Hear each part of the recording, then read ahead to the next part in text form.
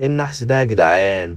نتعادل ماتش انبي ونخسر ماتش الشباب، وقبلها خسرنا ماتش باتشوكا بعد ما كهربا ضيع ضربة الجزاء والانفراد. ربنا مش بيرضى بالظلم يا كابتن، فأنا كنت أفضل لاعب في بطولة أفريقيا اللي فاتت. كنت مكسب الأهلي البطولة لما كان الشناوي مصاب، وآخرتها المدرب بيلعب الشناوي وسايبني أنا قاعد على الدكة. بقى اسمه كلام؟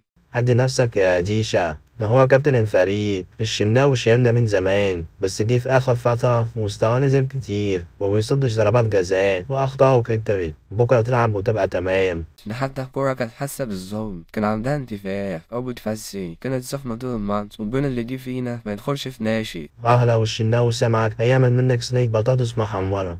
أهلا بيكم مشاهدينا الكرام، السلام عليكم ورحمة الله وبركاته.